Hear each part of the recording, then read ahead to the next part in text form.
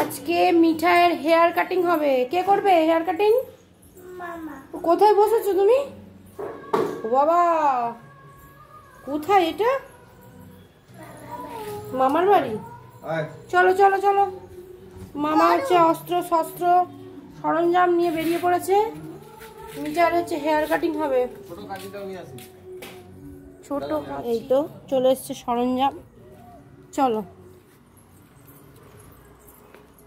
বাহ কি সুন্দর, আমাদের পার্লারটাও কিন্তু খুব সুন্দর, সবুজে সবুজে ভরা। নমস্কার বন্ধুরা, এই আবার একটা নতুন একটা ব্লগ নিয়ে এলাম তোমাদের সাথে শেয়ার করতে। তো ব্লগটা অনেক দিন বানিয়েছি, তোমরা দেখেইছো দাদার বাড়ি আমি অনেক দিন আগেই গেছিলাম।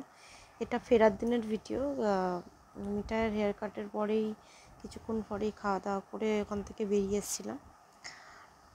আসল ব্যাপার পারিপার্শ্বিক যে পরিস্থিতি, যে অবস্থা, তার মধ্যে সত্যি কথা ভিডিও দিচ্ছি, আমি দিচ্ছি না বলবো না, সব কিছু শেয়ার করছি, কিন্তু তবুও কোথাও গিয়ে মন ভালো থাকছে না, কারোরই থাকছে না। কিন্তু আমাদের মনকে ভালো রাখতে হবে, সতেজ রাখতে হবে, কারণ প্রতিবাদ করতে গেলে মনের স্বতঃস্ফূর্ততা আমাদের প্রয়োজন, আমাদের দরকার।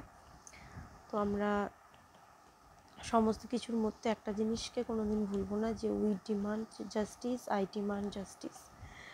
তো ফিরে আসি আমার কথাতে। তো মিঠাই বাড়ি যাওয়ার জন্য রেডি হয়েছে, রেডি হয়ে ওর হেয়ার কাটটা কেমন হয়েছে দেখাচ্ছিল, আর এদিকে আমিও অলমোস্ট রেডি হব।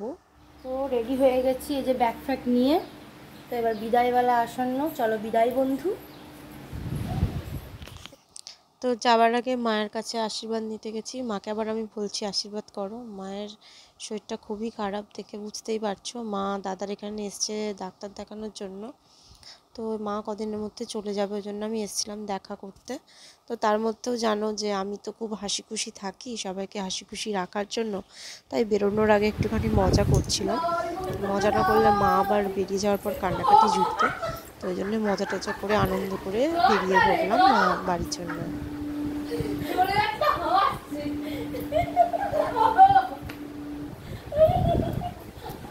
কাঁদবে নাকি? আর একজন হেয়ার স্টাইল করতেই ব্যস্ত, যদিকে ট্রেন চলে যাবে তার হুঁশ নেই। কই দেখি চিনি কি করছে দেখি। চিনি, চিনি মা বাড়ি থেকে বাড়ি যাবে? চিনি সবাইকে টাটা করে দাও। আসছি আমরা, থ্যাংক ইউ বলবো। কোথায় ঠামু ঘুমোচ্ছে, ঘুমাচ্ছে বলে দিস মিঠাইয়ের তরফ থেকে থ্যাংক ইউ। এই তো এই তো আসছি কাকিমা। হ্যাঁ বাহ, ঠাকুরকে নমস্কার করে নিলাম। চিনিকে ধরছিল নাও, চিনিকে নাও, টাটা করে দাও সবাইকে। চলো এখান থেকে যাবো স্টেশন, স্টেশন থেকে টিকিট কাটতে হবে।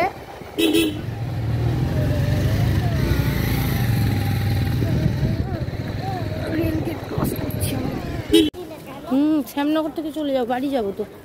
চলো মামা টিকিট কাটতে গেছে, আমরা হচ্ছে ওভারব্রিজটা ক্রস করব, ক্রস করে 2 নম্বরে যাবো।